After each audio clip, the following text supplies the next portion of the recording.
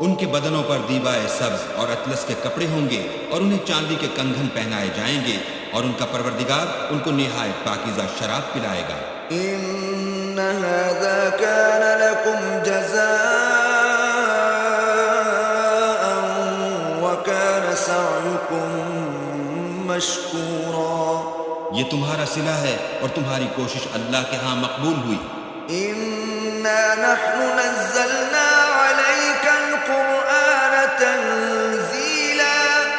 اے محمد صلی اللہ علیہ وآلہ وسلم، ہم نے تم پر قرآن آہستہ آہستہ نازل کیا ہے۔ فاصبر لحكم ربك ولا تطع منهم آثما أو كفورا۔ تو اپنے پروردگار کے حکم کے مطابق صبر کیے رہو اور ان لوگوں میں سے کسی بد عمل اور ناشکرے کا کہا نہ مانو۔ واذكر اسم ربك بكرة